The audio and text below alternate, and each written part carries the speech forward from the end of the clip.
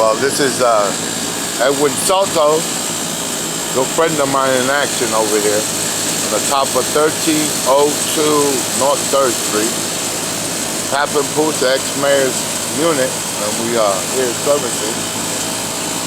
There he is there with his concentration there, Mr. Soto.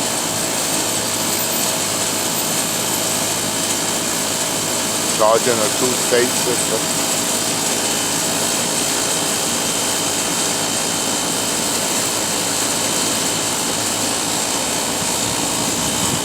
And he loves this type of work. He says his brother did good on the vacuum side.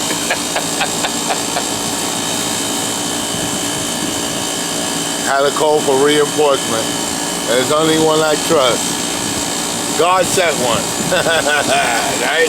God sent, right there. That's right, man. What's going on here on the rooftop is that Louis came out here and found the leaks, repaired it, pressure it held, vacuumed the system, left it overnight.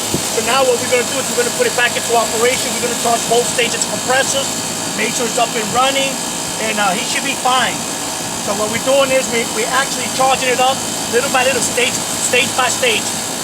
First compressor, second compressor stage, and in no time this place is going to be cooling.